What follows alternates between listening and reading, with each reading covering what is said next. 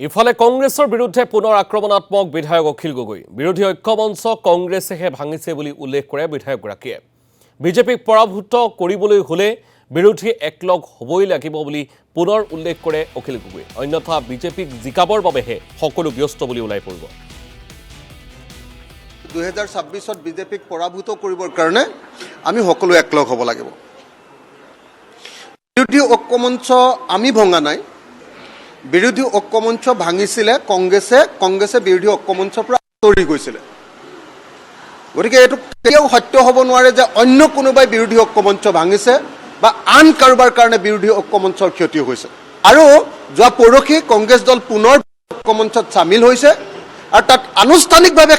কৈছে যে 26ত আমি একেলগতে যাম